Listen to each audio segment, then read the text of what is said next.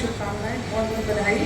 आज भी आपका वो चेहरा मुझे याद आता है जब आप एसपी ऑफिस में छुट्टी के लिए आवेदन लेकर के आई थी, और बार बार जब आपका मेडल लेते हुए आपको देखा तो बार बार वही याद आ रहा था कि कितने मेडल था। वो कौन सा मेडल था?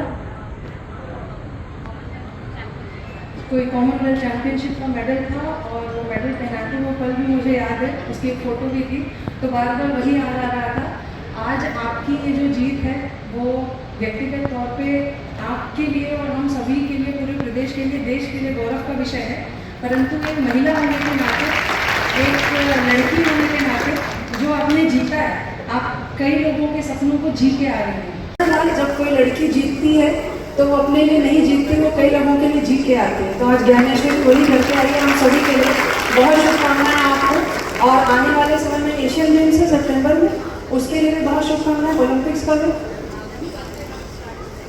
ओलंपिक्स के लिए भी बहुत शुभकामनाएं। हम सबकी उम्मीद और प्रार्थनाएं दोनों आपके साथ हैं। आपको ऐसे ही दोबारा मेडल लेते हम देखेंगे, और भारत का तिरंगा जब ऊपर जाएगा हम सब आपके लिए ताली बजाएंगे।